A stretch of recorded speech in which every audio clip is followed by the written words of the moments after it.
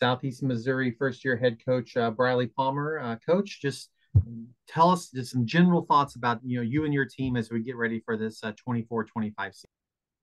Yeah, just kind of as it's been a little bit of a whirlwind and getting a lot of kids in quickly and late and all that, but really like what we put together this quick and excited to see about our progress, throughout, not just what we have day one, but really seeing us build and trust the process all the way through and play for March. And I think that these kids definitely have the talent things, and we're still learning stuff about our kids, just of getting them late and things like that. So just really experiencing good problems right now. Anybody that's got questions for Coach, let me know down in the chat and I'll call on you. It's probably like this for any first-year coach, but when you get the job and whenever it happens, how do you set 30 days, 60 days, 90 days, all the things you have to do? How do you prioritize all that stuff in your first?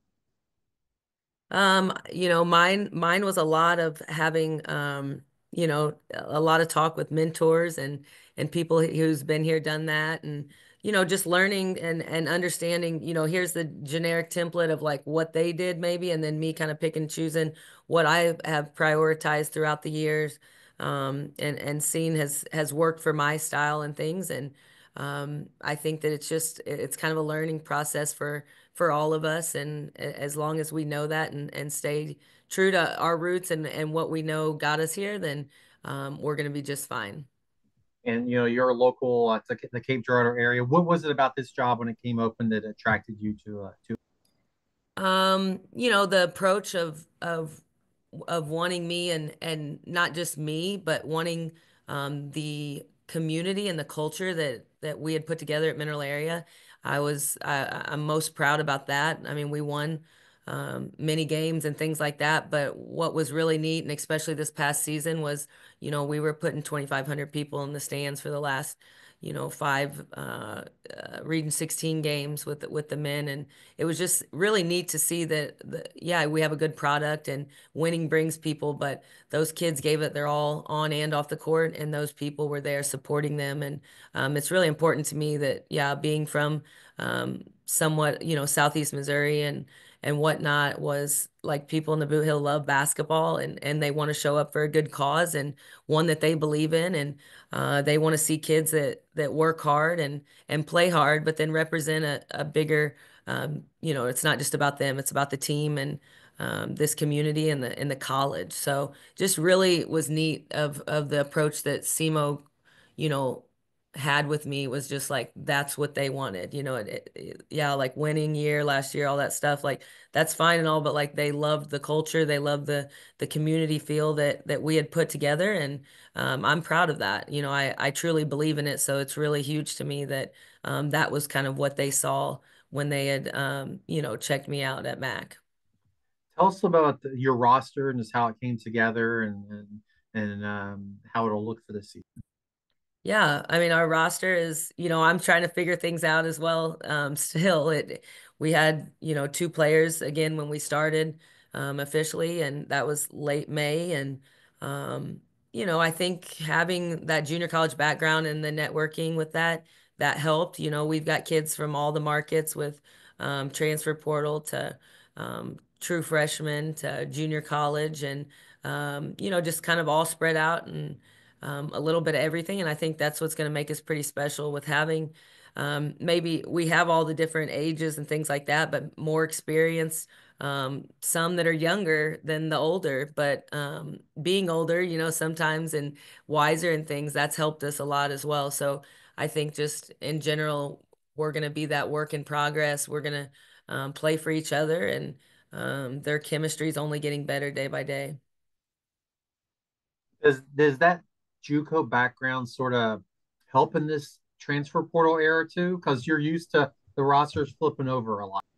Yes, absolutely. I'm very thankful for my junior college background, that it wasn't, me getting here and panicking that oh my gosh, we got to get it all, or whatever. Like that's I'm used to that now. Clearly, I'm not used to it that late. But still with the portal and how that's worked, it only went in our favor, I thought. And, really kind of looking in the future, it's like, maybe not rushing these things as much, like that it can be okay. So there's that other side to it. But one of those things that, I won't know that until after year one and just having that experience. What do you like most about this squad right now, October 16th? That may change in 2 months, but today, what do you like? Um, I think that they're learning so much. I think that they truly, as coaches, sometimes we speed through stuff and whatnot. But like we're still teaching things and like we're doing pretty well right now, but we're still teaching things that maybe we thought would have already been kind of like known and repped before them getting to us, and they're not. So it's just kind of exciting for me to see that once those things are maybe explained more to them and kind of repped out more to them, like we're just gonna keep climbing. We got some Luke Randall here with KFES. He's got a couple questions for you. So go ahead, Luke, with your question. Hey, Coach Palmer, good to meet you finally. I was supposed to be at Halcomedia the other day, but I couldn't make it. You've got six freshmen on this squad. How do you kind of get them all? I know one's a redshirt freshman, but how do you kind of transition them into getting ready for what is college athletics? Obviously, your JUCO background, that's what you do, junior or freshmen and sophomores. But how do you kind of get them used to playing D1 basketball just after high school? Yeah, I mean, I think that that really hasn't been as big of an issue as I thought, like you're asking, because we were all brand new, and we made a comment in the summer of, hey guys, like, yeah, we've got freshmen, we've got this and that, but guess what? You're all basically freshmen here. You're all learning stuff new. You're learning a new coach, a new school, a new system. You're all new. So now you've got to step up and show that that why you're not a freshman or that some freshmen are going to get it quicker and things like that. But I think, like you said, with the junior college background, I am used to that. I'm used to, trying to slow down and teach a lot, not assuming that players know things. And, just I think the making them accountable is going to be something that I'm going to be good at because I'm going to keep my word that they like not letting things slide and whatnot. And I think that's the biggest thing with college freshmen just on and off the court. Like, yeah, like I was late to study hall or yeah, I was late, or something like that. And like, well, what are we going to do so this doesn't happen again. And so whether that be, now we're running or now we're having to stay after, whatever the case is, to teach those kids so then we don't have those issues in the future. And I think that's probably just getting them used to the college side of things with basketball. I mean, our freshmen are pretty talented, so it's been pretty easy so far transitioning with these kids. Which tell us about your schedule, and I'm sure you didn't have a lot of control over, but there's some good challenges and some good regional teams on there for your squad. Yeah, no, yeah, the schedule was done pretty much before I got here. The one ad that I did add was Texas. I've always believed in playing a tough schedule and playing the best and peaking at the end and kind of having that moment where we've been there, done that. So then when the time hits, it's not time to kind of freak out because you're playing, a Power Five team or things like that. So just wanted and with that being said, the group we brought in was they were fearless, so it was a kind of a no-brainer to take that game and get just a little more talent to that roster or to that schedule to get us ready for what was going to come with OVC play. Luke's got a follow-up question. Go ahead. Talk about getting that Texas game on board. What did it take to get them willing to play? Because you kind of arranged that pretty quick. And overall, I know this is year one for you, but years forward, are you going to try to get more kind of or upper major, high major games like that? Yeah, yeah, Texas is just the beginning. Like I said, like to play a tough schedule.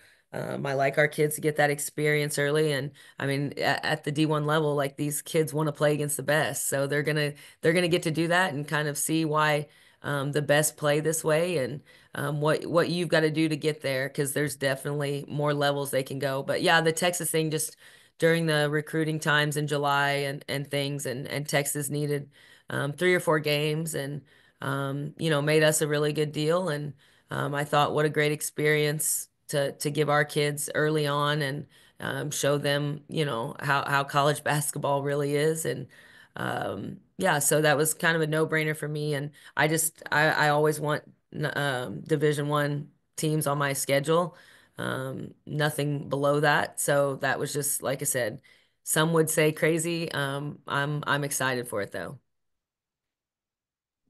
Coach, general impressions in the OVC, and I know you probably have some already familiarity, but just now to getting into it, like what you think about this year's other teams in the league. Yeah. No, I mean, I follow with being like, we've said before, with me being from this area, I've always followed OVC since I was young, and always kind of knew what was going on. And I know there's been times where um, we've had teams come in and out of the OVC and added. And, I watched a really good Southern Indiana team last year throughout, way before I was here. Um, Coach McMillan at Martin's one of my mentors and someone that I was sending players to from Mineral area. So very familiar with what him and Jazz and his staff does at Martin. And having all the success he's had throughout. And then, it's kind of been like a learning process from there, just because of I mean, of course, I know like the Lindenwoods and the SIUE and them adding and things like that. But the true tradition of the OVC and things, like I've always had that in my background. But I think that everybody's really different. I know there's a lot of players that are returning and for some programs or whatnot. But I think that it's kind of just going to be a really competitive conference, and I'm excited to compete against it. In this, and second time I've said transfer portal, but in this era where rosters flip over, is it easy for a team to go, and easy being relative, to go from ninth, 10th to first in the league? USI did that. They were, I think, tied for seventh the year before, and then they won the league. Is that something that's easier to do now? Yeah, like you said, like easy. I mean, I don't know about that term, right? But um, I know at where we're sitting and things like that. I believe it. I believe in what we're doing and what we're gonna do. And I think that yeah, that portal can shift that either way. I don't know necessarily again until year one's up what I like most or what I don't like.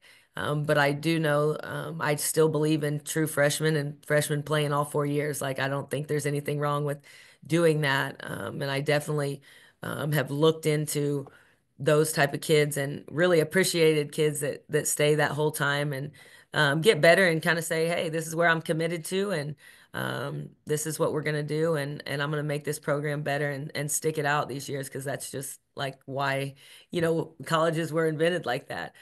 So I'm kind of traditional and old school about that. So but I do think, yes, like you said, of what um, Southern Indiana did and flipping it that quick and going Division I, and he's done a tremendous job with his program. So just kind of taking a little bit of everything. I don't think anybody has the exact cheat code yet. And they've got to know what fits them as coaches. So I think that's just what I'm still trying to figure out as well. If there's a tough stretch of the year, you can text me my easy comment, which wasn't good choice of words. So, but good answer there. Luke's got one more for you before we transition to your student athletes. So go ahead. Yeah. Yeah, coach. Talk about what it was. Obviously, I wasn't able to go to Halkomania and see you guys there, but talk about what it was like setting that up and, building a brand for both the men's and women's program of what that can do. If you do have something like that, maybe it's not Halkomania, but something like that every year. Yeah. Yeah. When I had gotten here, that was kind of one of the questions too, is like, do we do a Midnight Madness here? Do we, things like that? And we joked, I was waiting, like, are we gonna get Nelly or what are we getting here? And it was kind of, it was really taken serious because, Coach Corn is excited about his bunch and what they're doing. And so it was kind of a no-brainer that we wanted to get those personalities out there. And I don't want to play in front of 10 people. So and I know that our kids and his kids are definitely people that the fans want to come out and support because they have those great personalities and then they can play. And I think it was really important. And I hate that you missed that. It was quite the entertainment and it's just the start of it. And now I think we got that excitement rolling, and they'll be ready to head to the Show Me Center. The shirts were nice. They were the design was nice. So, Coach, thanks so much for your time, and just best of luck to you and your program this season. Yeah, thank you guys so much. I'm excited to be here.